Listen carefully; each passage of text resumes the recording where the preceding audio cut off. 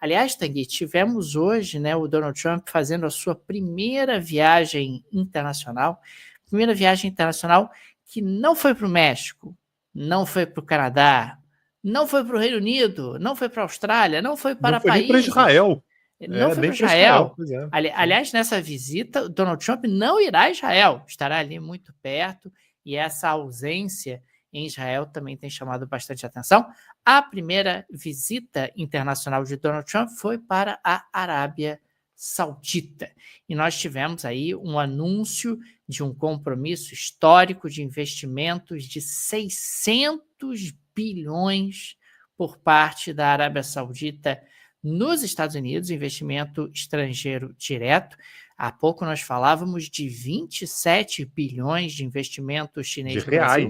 reais. Então a diferença, inclusive, de moeda. Sim. O que é importante e tal, mas aqui a gente está falando de 600 bilhões de dólares.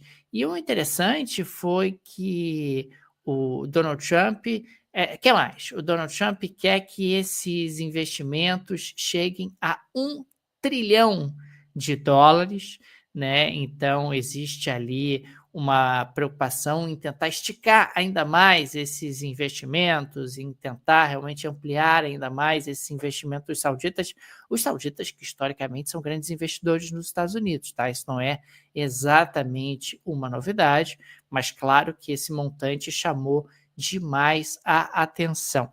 E também tivemos o anúncio de um acordo na área de defesa, na prática um acordo de venda de armamentos de primeira linha dos Estados Unidos para os sauditas no valor de 142 bilhões de dólares, o que tem sido colocado pela imprensa internacional como a maior venda de armas da história do planeta, né? O maior acordo de venda de armas da história do planeta, o que é algo que também chama demais a atenção, né? No total, os dois líderes, né, o MBS e o Trump, também assinaram aí mais de uma dúzia de acordos para aumentar a cooperação entre as Forças Armadas, os departamentos de justiça e as instituições culturais dos seus governos. É o Donald Trump pegando o planisfério e pensando: quem é mais importante para os Estados Unidos nesse momento? A Arábia Saudita. Quer dizer, a Arábia Saudita acaba sendo ali a escolha natural. Não que a Arábia Saudita em algum momento tenha deixado de ser importante para os Estados Unidos, tá? Eu acho que isso é importante de ser registrado, é importante que fique muito claro, mas nós temos aqui a Arábia Saudita sendo colocada ali numa outra prateleira, e isso chama demais a atenção quando a gente pensa na visita do Donald Trump. Mas o Donald Trump vai ali tentando enfileirar uma série de anúncios positivos, e nesse caso em particular investimentos que estão sendo trazidos para os Estados Unidos. Vamos ver se eles se confirmam efetivamente, mas o anúncio acaba trazendo bastante impacto. E outra coisa que chamou muita atenção nessa visita, Daniel, a pedido do governo saudita, o Trump anunciou que pretende retirar as sanções que estabelece, que os Estados Unidos impõem à Síria. Daniel Souza, isso é uma mudança muito importante. Só para a gente lembrar, né, quando a gente fala sobre essa relação entre Estados Unidos e Síria, a Síria é considerada pelos Estados Unidos como país patrocinador do terrorismo, o que é uma categoria que atualmente só tem 4 países. A Síria está nessa lista desde 1979. Ela é acompanhada hoje por Coreia do Norte, Síria, Coreia do Norte, Irã e Cuba. São os únicos 4 países que estão nessa lista. A Síria está desde 1979 nessa lista. Você teve uma rodada de sanções muito importantes imposta pelos Estados Unidos, né, na época pelo George W. Bush, em 2004, na época que a Síria foi colocada ali como o eixo do mal, né, parte do eixo do mal, e essas sanções foram ainda mais aprofundadas a partir de 2011, que foi exatamente quando começou a Guerra Civil. O objetivo americano era exatamente derrubar o governo de Bashar al-Assad. Aliás, muito se falava à época, Daniel, que ter a Síria perto de si era estratégico para a região, pelas rotas, pelo gás natural, pelo entroncamento ali no Oriente Médio. E a lógica do Trump nesse momento é: se a Arábia Saudita está pedindo, isso significa que o governo do Ahmed Shara, né, que é o atual presidente, que é o cara lá do HTS, né, do Hayat Tahrir al-Sham, aquele grupo que a gente já falou várias vezes, né, que foi criado à época como um grupo de apoio à Al-Qaeda.